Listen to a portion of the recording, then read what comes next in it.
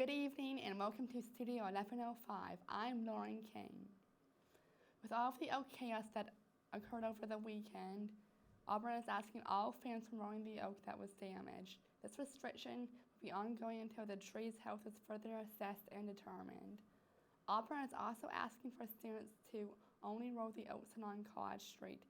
Gary Keever, professor of horticulture, said there is little or no healthy foliage on the burnt tree. Most of the remaining leaves will drop off over the next week or so.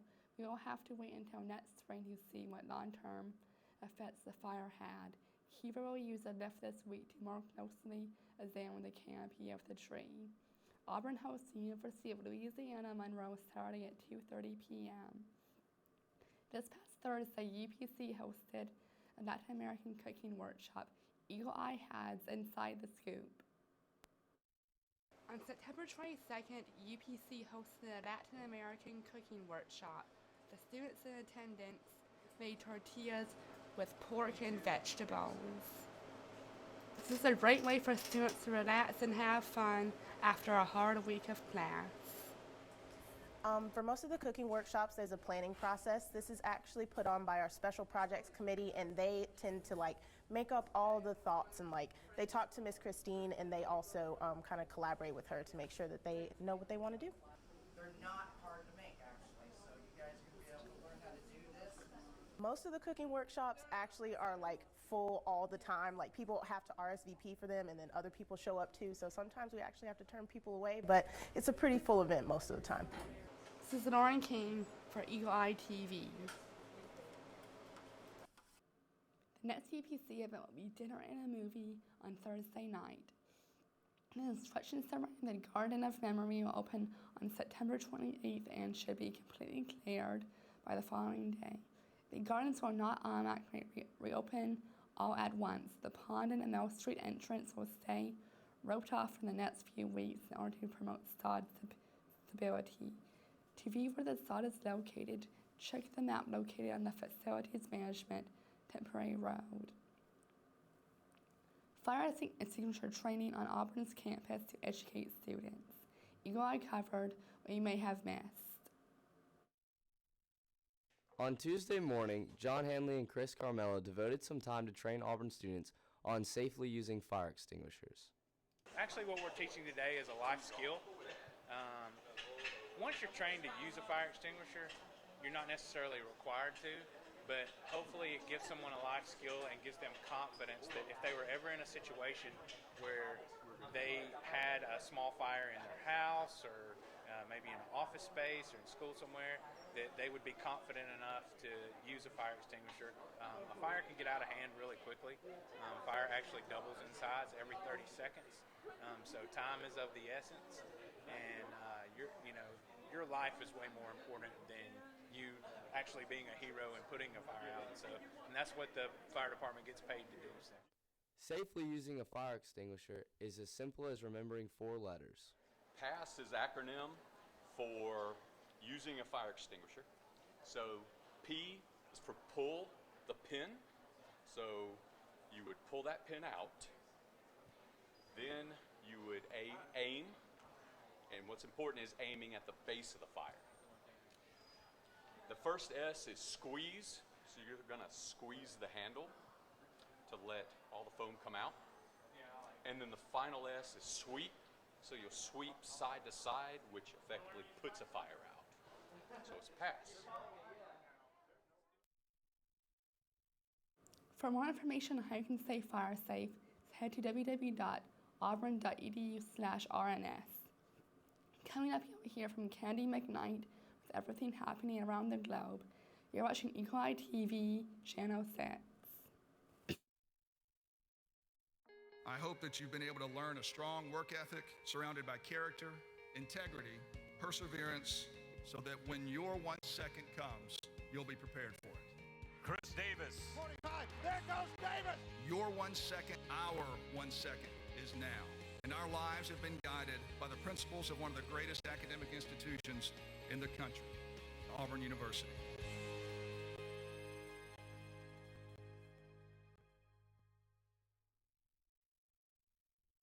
Hey guys, I'm Kennedy McKnight, and this is Auburn Global.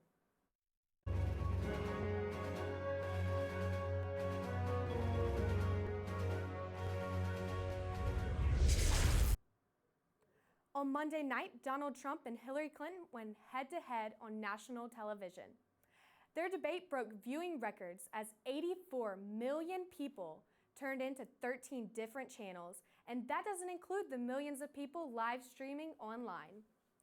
During the debate, Clinton used her lawyer-style debate skills to keep a clear and concise train of thought, while Trump bulldozed his way through. They quarreled over tax returns, economic stability, race relations, and party control.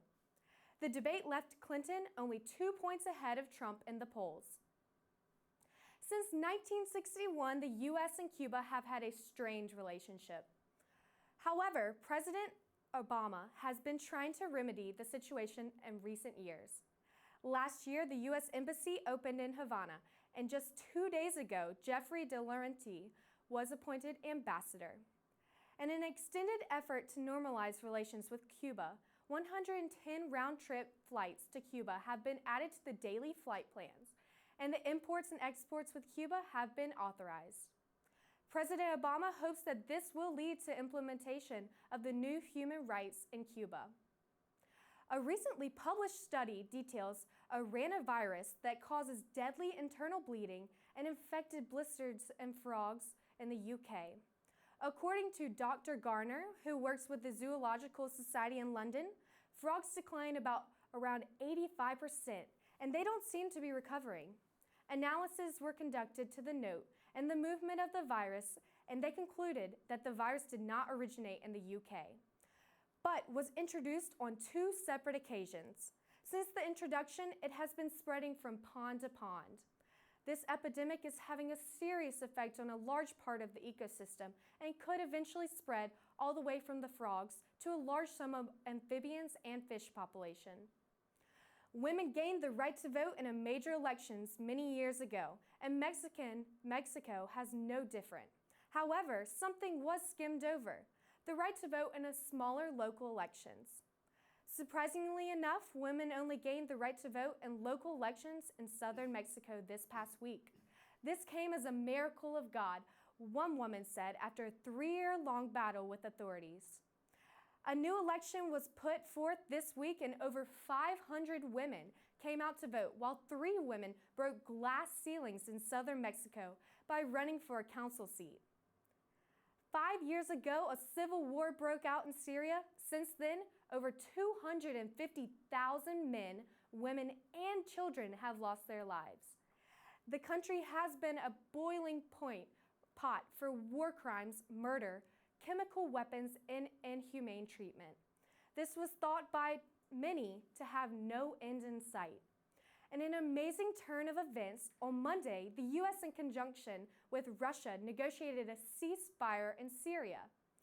The original agreement was for a 48-hour time window. Since the ceasefire proved successful, it was extended for another 48 hours. Unfortunately, on Monday, an airstrike on Aleppo that left 2 million people without water disintegrated with ceasefire. During that time, the U.S. and Russia were working with Syria groups to devise a path that headed towards the end of the war, and some say they might be working towards that goal. However, there are many outspoken groups that oppose this act and still no guarantees that anything could mean the end of the war. Once war devastated Syria, children were left without joy, but one father made it his mission to restore smiles to their faces and the childlike hopefulness that can only live in such a young soul. He carries out his missions by stuffing hundreds of Barbie dolls and carry-on luggage and hundreds more stuffed animals and vacuum-packed bags. Then flying to Turkey from Finland and hiking across the Turkey-Syria border. When he arrives, he presents the children with these tokens of love and hope for a better future. So many of these children have been forced into orphan life, and their young minds have been scared with horrific images no one should experience. The pain of these children that they feel on a daily basis is inhumane, but this one man found his found a way to pull the little bit of light that still shines so brightly in every child through. That's all for Auburn Global this week. Up next, we'll hear from Lauren with more news circling around Auburn. You're watching Eagle Eye TV, Channel 6.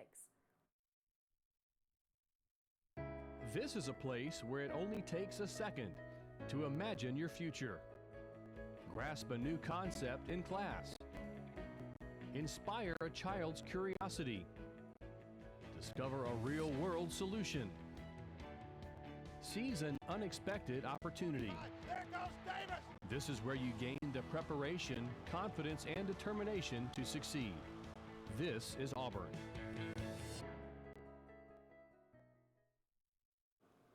The summer of 2017 can be a unique living learning experience for certain Auburn students that apply for the Living Democracy programs. Students will pair with specific Alabama community programs for a 10-week civic engagement experience.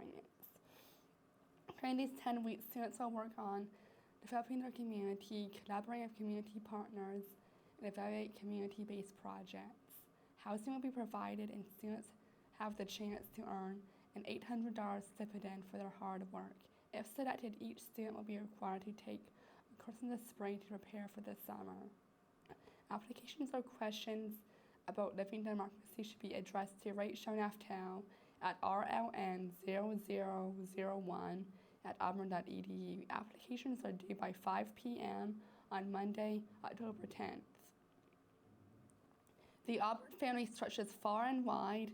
Most of the family members live right here on campus. Check out the latest from Auburn University's housing and residential life and hear from our very own students. Auburn University values its position in being one of few SEC institutions who give students the opportunity to choose whether they live on or off campus. Between the 5 on-campus neighborhoods and 32 residence halls, Auburn University Housing and Residence Life provides housing for approximately 4,800 students each year, 25% of which are upperclassmen, and an impressive 75% of students choosing to live on campus as first-year students. Here's a real-life look into what Auburn students have to say about living on campus. The dorms is pretty cool just because it's close to all our classes. I literally have to wake up like 5 minutes for my chemistry class. I can just get up and go. So I really like the dorm. It's been a blast, right in the middle of everything. Got some crazy stories, you know. I'm actually from Oklahoma, and so it's helped me meet some great people that I know are always going to be there for me if I need anything. Campus has been great. I'm close to Chick-fil-A. I'm close to all my classes. I can come back and get a nap in between. Each residential hall houses a residential assistant whose job includes serving as a first response basis to students' residential needs while ensuring that students feel welcome in their home away from home. So one of my favorite things about being an RA is just that we get to interact with people so much. Really, a lot of what being an RA is kind of just hanging out and being friends with people in the hall and just kind of trying to build a really great community in the hall. With so many first-year students assigned to live on campus, it's no surprise that new student housing is underway. The current development includes the addition of 1,000 on-campus beds, with future aims to improve the overall on-campus living experience by strategically replacing the current Hill residence halls. Reporting from Auburn University, Kara Rhodes, Eagle Eye TV. For more information, head to www.auburn.edu/administration/housing. Auburn University is truly the loveliest village on the plains. Chess.org named Auburn one of the safest colleges in the state of Alabama. This website is devoted to increasing public safety and open government. Auburn wouldn't have achieved this title without the help from the university's outstanding faculty, students, administration, and police all joined together to create a safe place. Hastings Entertainment will soon be closed for good. Eagle reporter Charlie Zacrowley covered all you need to know. In just a few weeks, Hastings Entertainment stores will disappear nationwide. In June of 2016, Hastings Entertainment filed for bankruptcy, stating that all 126 of its stores would be closed down if no buyer could be found. As of July 2016, this company has been purchased for liquidation of its existing stores. Consumers can no longer receive refunds, exchanges, or use existing account credit and gift cards. With prices of products decreasing weekly, Auburn residents must say goodbye to this historical landmark. Charles Nicarelli, Eagle Eye TV. With the closure comes insane sales. Store-wide savings at Hastings range from 60 to 80% off the lowest ticketed price. This Friday, we have a very interesting guest speaking at This is Auburn Speaker Series. Bill Hutto is the director of the Auburn University Aviation Center and Airport, as well as an instructor at Auburn University's Raymond J. Harbert College of Business. Hutto has outlined goals for the Aviation Center. The university believes that these goals have Auburn looking at a bright future. You can watch this speech take place at 3 p.m. this Friday in the Auburn Alumni Center. That's all for Studio 1105 tonight. Keep up with all of the latest Auburn news throughout the week by following us on Facebook, Twitter, and Instagram at UITV. I'm Lauren King. Thanks for joining us, and War Eagle.